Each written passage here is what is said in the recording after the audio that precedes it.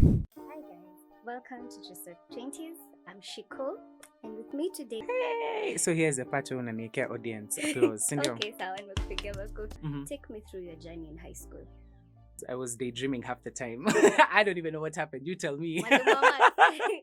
Imagine I have a hot take. Mhm. School should only be the standard building block up to a certain point. Ikifika higher education, Mhm. it should be broadened to encompass other modes of learning that are more applicable to what you want to pursue. Why I clicked out of just being any sort of present nikisoma, it's because I no longer could relate to it, and I could tell my formulas sitaizitumia never ever ever. Ridiculous.